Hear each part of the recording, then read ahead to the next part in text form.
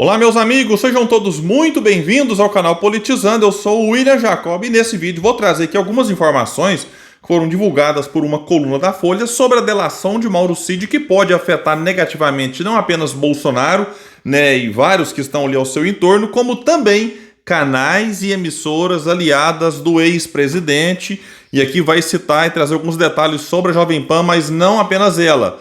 Tem muita coisa envolvida e, pelo que tudo indica, o Mauro Cid sabia de financiamento, de dinheiro enviado para esses canais que apoiaram Bolsonaro, inclusive nas eleições. Vamos falar sobre isso também aqui rapidamente, sobre a aprovação na Câmara da taxação dos sites de aposta online e tudo mais. Tem reflexões importantes sobre isso, mas antes quero pedir a sua ajuda.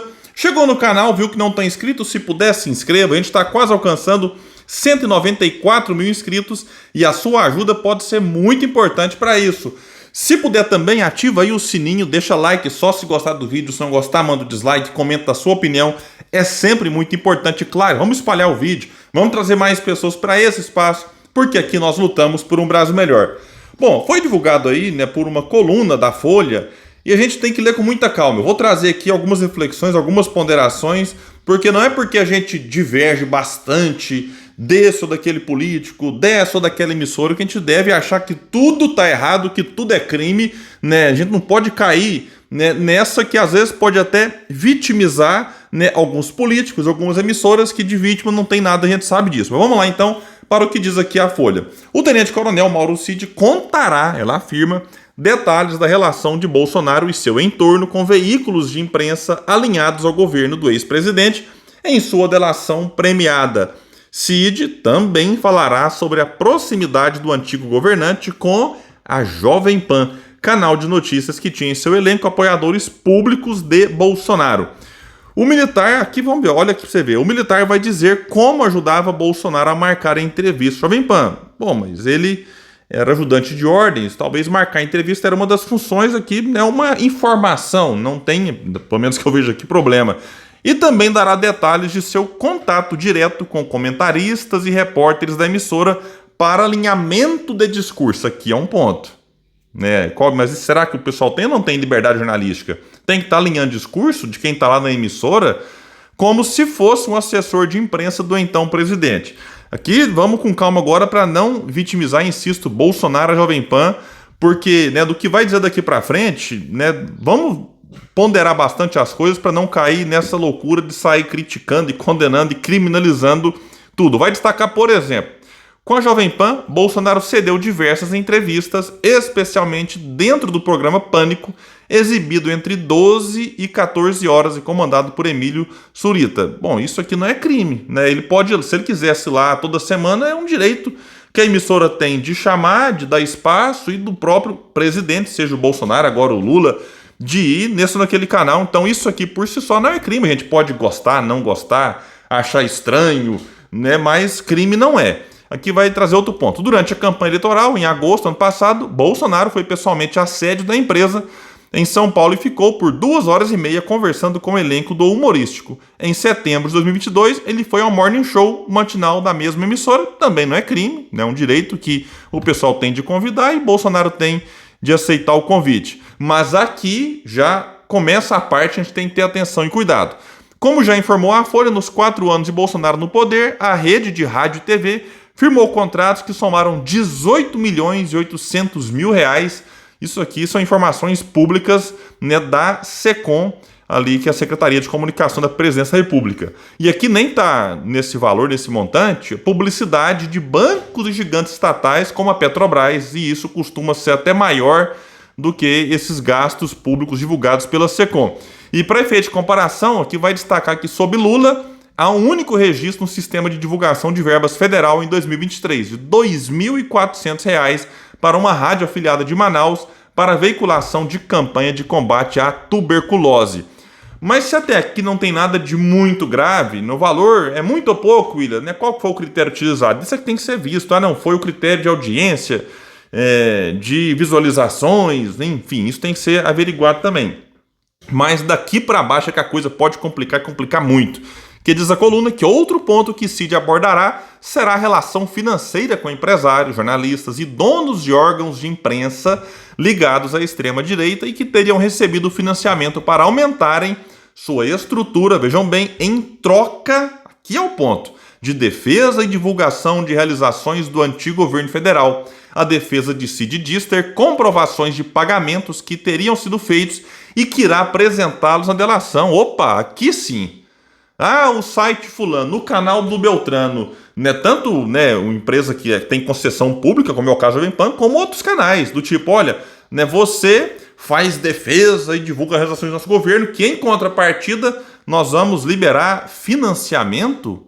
Né? Será que é financiamento feito por algum banco público com essa condição do tipo, estou aqui não tem detalhes, a gente vai saber disso a partir do que o Mauro Cid falar. Do tipo, um ministro vai lá, ou o próprio Mauro Cid, ou o Bolsonaro pessoalmente, né, e interfere para que o diretor desse ou daquele banco libere um financiamento com um juro barato ali, né, como se fosse uma espécie de pagamento por aquilo que a emissora, ou o canal, ou o influenciador está fazendo. Então, realmente, isso aqui sim, né, é para a gente ficar atento. A ideia de Cid neste ponto é provar que ele tinha conhecimento de tudo que ocorria ao redor de Bolsonaro enquanto ele era presidente, inclusive da divulgação de fake news e financiamentos de mídia alternativa, que, insisto, em financiamento de forma legal, através de bancos, ou tem outra possibilidade, ou financiamento a partir de um caixa paralelo de dinheiro vindo, por exemplo, das rachadinhas, que a família tem um histórico nisso aí, de investigação e tudo mais. Né? Será que dinheiro que vinha de joias que eram vendidas formava uma espécie de um caixa paralelo que era distribuído para influenciadores? Tem que saber. Né? Ou outras formas, né, de arrecadar dinheiro, tudo, né, via caixa 2, forma paralela para alimentar financeiramente esses divulgadores, influenciadores. Então isso aqui sim é um problema sério que eu espero que seja averiguado. Né? Essa coisa de governo ficar passando dinheiro para sites, blogs, canais, né, que declaram abertamente apoio não é uma novidade, é lamentável, né, o que aconteceu no governo Bolsonaro, mas vamos lembrar também, a gente tem que ser coerente, tem que ter cuidado para não cobrar uma coisa de um e passar pano para outra. Vamos lembrar que quando o Temer assume depois do impeachment da Dilma, uma das primeiras ações dele foi o quê? Suspender o pagamento milionário para alguns sites declaradamente apoiadores, né, do PT. Então a gente tem que ficar olhando com muito cuidado, porque pagamento por publicidade, né, dá um tom de legalidade. Por quê? Porque vai lá, é registrado, a SECOM vai lá, divulga, como era antes, né, era público, né, que o Brasil 247, por exemplo, DCM, Fórum, recebiam dinheiro, né, do governo federal, e eles até diziam, olha, né, o dinheiro, o recurso é legal, tá tudo declarado. Mas será mesmo que a gente deve olhar, né, isso aqui com esse tom de normalidade, de legalidade, e achar que é normal? Porque aí será que aquele site, agora aqui é uma reflexão mais ampla, não é sobre esse ou aquele não, né, vai ter a liberdade para fazer a crítica ou fazer o elogio da forma correta? Então, assim, o debate no Brasil anda muito complicado, um debate político, e muitos sites, infelizmente, não colaboram para que ele seja levado. E detalhe, aqui eu não me refiro a esse ou aquele influenciador que tem um direito, enfim, ele é a pessoa autônoma, mas quando se trata de jornal, de mídia alternativa ou a grande mídia, a gente tem realmente visto, assim, que tem deixado muito, mas muito mesmo aí a desejar.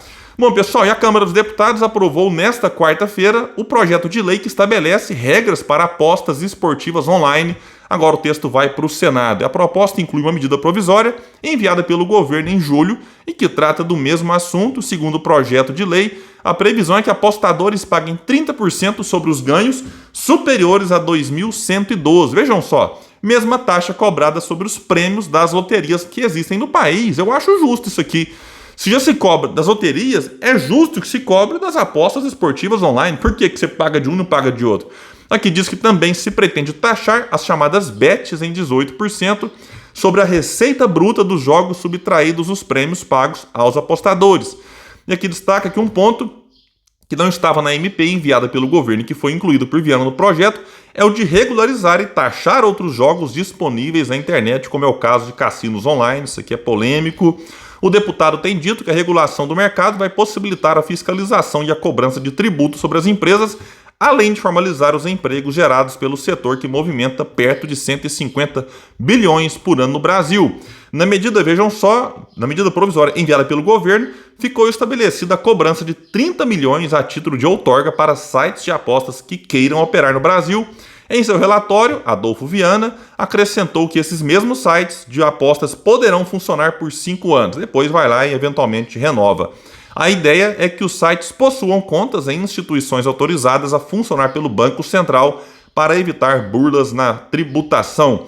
Eu tenho minhas dúvidas, né? Sério mesmo, sobre esse tipo de coisa, se isso poderia existir no país. A princípio, eu sou contra esse tipo de coisa, cassino, site de apostas, enfim, sou contra, mas tenho refletido sobre, ouvido aqui os dois lados, quem também é contra, quem é a favor. Mas assim, se for para existir, né, que obedeça regras e que se pague imposto, óbvio. Né? Eu sou empresário em Uberlândia e para minha empresa funcionar, eu tenho que atender uma série de regras, exigências, enfim, que a lei estabelece, eu pago os meus impostos e tudo mais. Então, né, se eu que sou empresário, se você que me assiste talvez é empresário, né, tem que seguir regras e pagar imposto, por que um site de apostas ou um cassino não teria que pagar? Ou ficar vivendo como se não tivesse regras, se aqui fosse a casa da mãe Joana? Então, né, se vai existir, essa é uma discussão, se é, né, uma coisa que deveria ou não, mas se vai existir, que exista pagando imposto. Esse imposto, né, tá aqui, inclusive, né, eu vou deixar o link que vai falar que vai ser 1% para educação, tanto para o turismo, tanto para aquilo,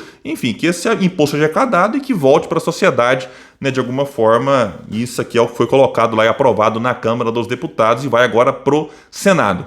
Pessoal, é isso aí, eu fico por aqui. Quem puder, compartilhe, espalhe o vídeo, vamos trazer mais pessoas para esse espaço, porque aqui nós lutamos por um Brasil melhor. Valeu, gente, até mais.